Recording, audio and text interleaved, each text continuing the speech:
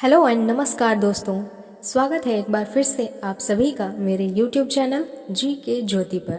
Friends, इस video में हम आपके लिए लेकर आए हैं बीपीएससी प्रधान शिक्षक परीक्षा के लिए मॉडल सेट। जैसा कि पिछले वीडियो में भी मैंने बोला था कि इस मॉडल सेट में आपको 25 इम्पॉर्टेंट सवाल मिलेंगे, जिसके थ्रू आप अपनी जानकारी को चेक कर सकते हैं और अपनी तैयारी को और बेहतर बना सकते हैं।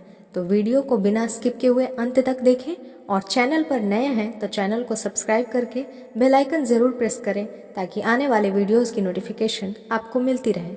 तो आइए शुरू करते हैं। हमारा पहला सवाल है, प्रवाल भित्तियों को संरक्षित रखने के लिए भारत सरकार ने निम्नलिखित में से एक को समुद्री पार्क घोषित किया। कच्छ की खाड़ी, लक्षद्वीप द्वीप समूह, मन्नार की खाड़ी, अंडमान द्वीप समूह। तो हमारा राइट आंसर हो जाएगा ऑप्शन ए, कच्छ की खाड़ी। भारत सरकार ने वन्य जीव सुरक्षा अधिनियम 1972 के प्रावधानों के अंतर्गत प्रवाल भित्तियों को संरक्षित रखने के लिए कच्छ की खाड़ी को समुद्री राष्ट्रीय पार्क घोषित किया है। यह भारत का पहला समुद्री पार्क है। अब हमारा अगला सवाल है, भारत के संविधान का भाग 3 किससे संबंधित है? मौलिक अधिकारों से, राज्यों के नीति निदेशक सिद्धांतों से, मौलिक कर्तव्यों से, नागरिकता से। तो हमारा राइट आंसर हो जाएगा ऑप्शन ए, मौलिक अधिकारों से। भारतीय संविधान के भाग 3 तथा अनुच्छेद 12 से 35 तक में मौलिक अधिकारों का वर्णन है। संविधान के भाग 3 को भारत का अधिकार पत्र कहा जाता है। इसे मूल अधिकारों का जन्मदाता भी कहा जाता है। हमारा अगला सवाल है, निम्नलिखित में से कौन सा वृक्कों में रुधिर से निकाला जाने वाला अपशिष्ट पदार्थ नहीं है? Ammonia, carbon dioxide, urea, uric अम्ल। तो हमारा राइट आंसर हो जाएगा ऑप्शन बी, कार्बन डाइऑक्साइड। वृक्क, किडनी सेम के बीच के आकार का होता है। इसके चारों ओर पेरिटोनियम झिल्ली पाई जाती है। उदर गुहा पीठ की ओर कमर के क्षेत्र में कशेरुक दंड के दोनों ओर एक एक वृक्क स्थिर होता है। यह मानव शरीर का मुख्य उत्सर्जी अंग है जो रुधिर परिसंचरण से उत्सर्जी तत्वों को हटाने, साथ ही साथ रुधिर में लाभदायक तत्वों को बनाए रखने के लिए अनुकूलित होता है।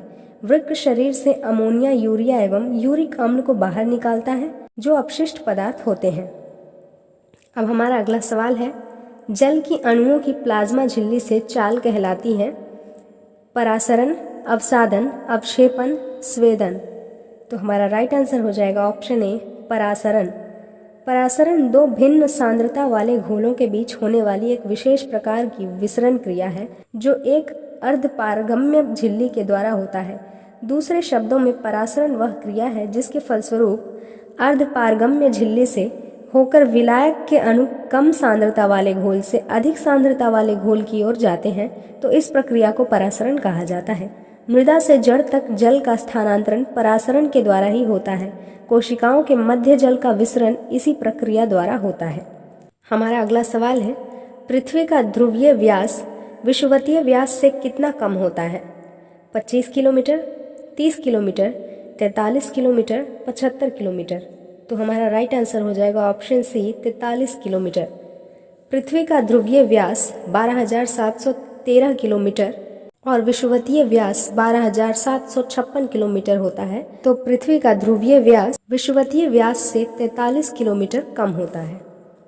अब हमारा अगला सवाल है, भारत में सभी राष्ट्रीयकृत व्यापारिक बैंकों में बचत लेखों पर ब्याज दर का निर्धारण किसके द्वारा किया जाता है? भारत का वित्त मंत्री द्वारा, संघ वित्त आयोग द्वारा, भारतीय बैंक संघ द्वारा, भारतीय रिजर्व बैंक के द्वारा। तो हमारा राइट आंसर हो जाएगा ऑप्शन डी, भारतीय रिजर्व बैंक के द्वारा। भारत में सभी राष्ट्रीयकृत व्यापारिक बैंकों में बचत लेखों पर ब्याज दर का निर्धारण भारतीय रिजर्व बैंक आरबीआई के द्वारा किया जाता है। आरबीआई को बैंकों का बैंक कहा जाता है। उल्लेखनीय है कि अक्टूबर 2011 से आरबीआई ने बचत खाते पर दिए जाने वाले ब्याज से नियंत्रण 2 शर्तों के साथ हटा लिया। अब हमारा अगला सवाल है, कच्चे फलों को कृत्रिम रूप से पकाने के लिए प्रयोग में लाई जाने वाली गैस का नाम है? Ammonia, acetylene, carbon monoxide, ethylene. तो हमारा राइट आंसर हो जाएगा ऑप्शन डी, एथिलीन। एथिलीन कच्चे फलों को पकाने व उनके संरक्षण में, विषैली मस्टर्ड गैस बनाने में, कृत्रिम रबड़ एवं पॉलीथीन बनाने में तथा सामान्य निश्चेतक के रूप में प्रयोग की जाती है। अब हमारा अगला सवाल है, तिलहन उत्पादन कार्यक्रम ओपीपी कब प्रारंभ किया गया था? 1986 ईस्वी में, 1987 ईस्वी में, 1988 ईस्वी में, 1990 ईस्वी में। तो हमारा राइट आंसर हो जाएगा ऑप्शन डी 1990 ईस्वी में। वर्ष 1990 से 91 में तेलहन उत्पाद कार्यक्रम ओपीपी को NODP national oil seeds development project NODP तथा OPTP oil seeds production trust project के मर्जर से प्रारंभ किया गया था। हमारा अगला सवाल है, योजना अवकाश किसके बाद घोषित किया गया? प्रथम पंचवर्षीय योजना, द्वितीय पंचवर्षीय योजना, तृतीय पंचवर्षीय योजना, चतुर्थ पंचवर्षीय योजना। तो हमारा राइट आंसर हो जाएगा ऑप्शन सी तृतीय पंचवर्षीय योजना। तृतीय पंचवर्षीय योजना की असफलता के कारण भारत सरकार ने चौथी पंचवर्षीय योजना को लागू नहीं किया। यह अवधि 1 अप्रैल 1966 से 31 मार्च 1969 योजना अवकाश के नाम से जानी जाती है। हमारा अगला सवाल है, पीतल के बर्तनों को कलई करते समय गर्म बर्तन के सफाई के लिए प्रयोग किए जाने वाले अमोनिया क्लोराइड चूर्ण से निकलने वाला धुआं है अमोनिया का, कार्बन मोनोऑक्साइड का, हाइड्रोक्लोरिक एसिड का, अमोनिया और हाइड्रोक्लोरिक एसिड का। तो हमारा राइट आंसर हो जाएगा ऑप्शन डी अमोनिया और हाइड्रोक्लोरिक एसिड का। अमोनिया अल्प मात्रा में वायु तथा जल में उपस्थित होती है। प्रायः मृत जीवी जंतुओं तथा वनस्पतियों के सड़ने से यह गैस बनती है। संयुक्त अवस्था में यह अमोनिया क्लोराइड, अमोनियम सल्फेट आदि में पाई जाती है। यह स्वाद में क्षारीय है। अमोनिया गैस का उपयोग अश्रु गैस, कृत्रिम रेशे आदि बनाने में किया जाता है। हमारा अगला सवाल है, विधि का शासन की संकल्पना कहाँ की संवैधानिक प्रणाली की एक विशेष विशिष्टता है? Britain, France, USA, Switzerland. तो हमारा राइट आंसर हो जाएगा ऑप्शन ए ब्रिटेन। विधि की सर्वोच्चता इंग्लैंड की संस्थाओं की प्रधान विशेषता है। विधि के शासन का सीधा अर्थ यह है कि इंग्लैंड में विधि का शासन है, न कि किसी व्यक्ति की निरंकुश इच्छा का। कोई व्यक्ति चाहे कितने भी उच्च पदों पर पदासीन हो, विधि के नियंत्रण से मुक्त नहीं है। विधि की दृष्टि से सभी नागरिक समान हैं। अब हमारा अगला सवाल है, एक रीट किसके द्वारा जारी की जाती है? कोई उच्च न्यायालय के द्वारा, कोई उप न्यायालय के द्वारा, जिला न्यायालय के द्वारा, प्रशासनिक अधिकरण के द्वारा। तो हमारा राइट आंसर हो जाएगा ऑप्शन ए कोई उच्च न्यायालय के द्वारा। रीट जारी करने का अधिकार केवल सर्वोच्च न्यायालय एवं उच्च न्यायालयों को प्राप्त है। सर्वोच्च न्यायालय अनुच्छेद 32 तथा प्रत्येक न्यायालय अनुच्छेद 226 के तहत अपनी रीट जारी करने की शक्ति का प्रयोग करते हैं। हमारा अगला सवाल है, आमतौर पर सिद्धांत और व्यवहार के बीच कहाँ पर बड़ा अंतर देखा जाता है? सरकार का आदेशात्मक रूप, फांसीवादी प्रकार की सरकार, सरकार का संसदीय स्वरूप, सरकार का समाजवादी प्रकार। तो हमारा राइट आंसर हो जाएगा ऑप्शन सी सरकार का संसदीय स्वरूप। संसदात्मक शासन व्यवस्था के अंतर्गत सिद्धांत और व्यवहार के बीच बड़ा अंतर देखा जाता है। सिद्धांत में संसदीय व्यवस्था के अंतर्गत राष्ट्र का प्रधान राष्ट्रपति या राजा होता है, जिसमें समस्त कार्यपालिका शक्ति निहित होती है, परंतु व्यवहार में कार्यपालिका की शक्तियों का प्रयोग मंत्री परिषद के द्वारा किया जाता है। अब हमारा अगला सवाल है, भारतीय महानियंत्रक और महालेखा परीक्षा किसके लिए एक मित्र, दार्शनिक और मार्गदर्शक के रूप में कार्य करता है? लोक लेखा समिति, प्राक्कलन समिति, वित्त मंत्रालय, लोक उपक्रम समिति। तो हमारा राइट आंसर हो जाएगा ऑप्शन ए लोक लेखा समिति। भारतीय नियंत्रक एवं महालेखा परीक्षक लोक लेखा समिति के लिए एक मित्र, दार्शनिक और मार्गदर्शक के रूप में कार्य करता है। संविधान में अनुच्छेद 148 के तहत भारतीय नियंत्रक एवं महालेखा परीक्षक की नियुक्ति की व्यवस्था की गई है। अब हमारा अगला सवाल है, स्वतंत्रता को किस प्रकार सीमित किया जा सकता है? शासन द्वारा, विधि द्वारा, प्राधिकार द्वारा, समानता द्वारा। तो हमारा राइट आंसर हो जाएगा ऑप्शन बी विधि द्वारा। व्यक्तिवादियों ने स्वतंत्रता और विधि यानी कि कानून को एक दूसरे का विरोधी कहा है। इनका मत है कि वह सरकार सर्वोत्तम है जो सबसे कम शासन करती है। डायसी के अनुसार एक की मात्रा जितनी अधिक होगी दूसरे की उतनी ही कम हो जाएगी। हमारा अगला सवाल है, सोवियत संघ का विघटन कब हुआ था? दिसंबर 1989 में, अगस्त 1990 में, दिसंबर 1991 में, जनवरी 1994 में। तो हमारा राइट आंसर हो जाएगा ऑप्शन सी दिसंबर 1991 में। सोवियत संघ की संसद सुप्रीम सोवियत ने 26 दिसंबर 1991 को अपने अंतिम अधिवेशन में सोवियत संघ को समाप्त किए जाने का प्रस्ताव पारित कर दिया और स्वयं के भंग होने की घोषणा कर दी। इस प्रकार 26 दिसंबर 1991 को सोवियत संघ का विघटन हो गया। अब हमारा अगला सवाल है, निम्नलिखित में से कौन सी जनजातीय सभा सामान्य रूप से जनजातीय सरदार यानी कि मुखिया के चुनाव में शामिलक होती थी? समिति, सभा, गण, विदाता। तो हमारा राइट आंसर हो जाएगा ऑप्शन ए समिति। ऋग्वेद में समिति का 9 बार उल्लेख मिलता है। समिति को विश्व अथवा जनसाधारण की आवाज अभिव्यक्त करने वाली संस्था कहा गया है।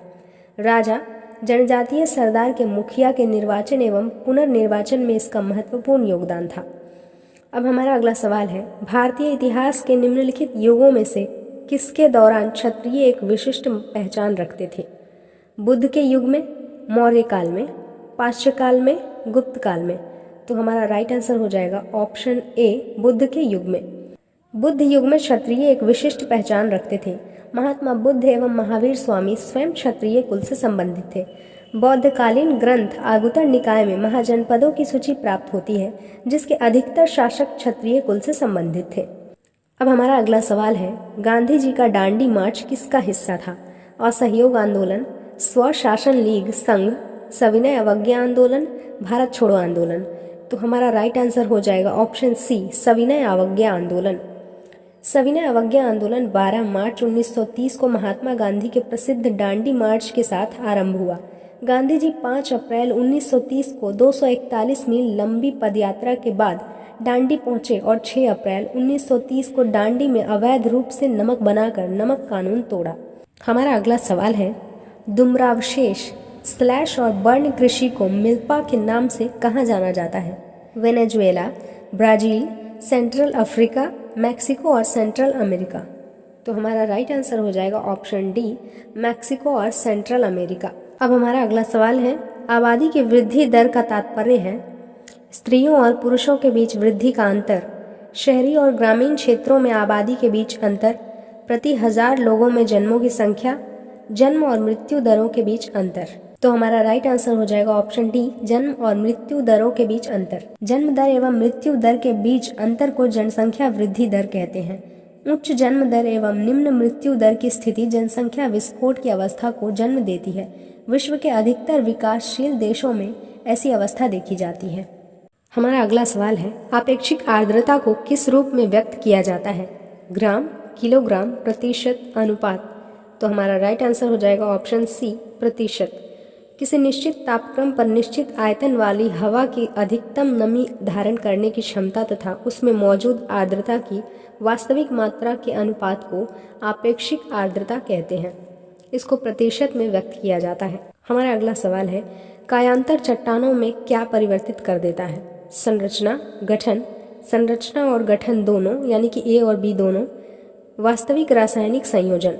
तो हमारा राइट आंसर हो जाएगा ऑप्शन सी ए और बी दोनों यानी कि संरचना और गठन दोनों।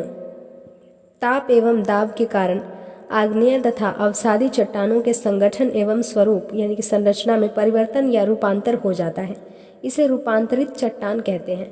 यह सर्वाधिक कठोर चट्टान होती है तथा इसमें जीवाश्म नहीं मिलता। हमारा अगला सवाल है, अनेकों प्रकार की शराब और शैंपेन के लिए प्रसिद्ध क्षेत्र है पूर्वी यूरोप, पश्चिमी यूरोप, भूमध्य सागर, ग्लासलैंड। तो हमारा राइट आंसर हो जाएगा ऑप्शन सी भूमध्य सागर। भूमध्य सागरीय जलवायु में शीत ऋतु में शीतोष्ण चक्रवात से पर्याप्त वर्षा होती है। इसी कारण यह क्षेत्र विभिन्न प्रकार के फलों जैसे कि संतरा, अंगूर, नींबू आदि के लिए जाना जाता है। वास्तव में भूमध्य सागरीय भूमि को विश्व का बागीचा कहते हैं।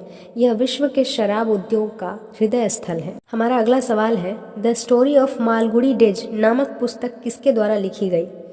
के.आर. नारायणन के द्वारा, आर.के. नारायण के द्वारा, पी.एस. वाजपेयी के द्वारा, अबुल कलाम के द्वारा। तो हमारा राइट आंसर हो जाएगा ऑप्शन बी आर.के. नारायण के द्वारा। The story of Malgudi days एक संक्षिप्त कहानी संग्रह है जो वर्ष 1943 में आर.के. नारायण द्वारा लिखा गया है। तो फ्रेंड्स, आज के लिए बस इतना ही। ये थे हमारे 25 क्वेश्चंस के सेट। इसमें आप कितना सही कर पाए हैं यह हमें कमेंट करके ज़रूर बताएंगे।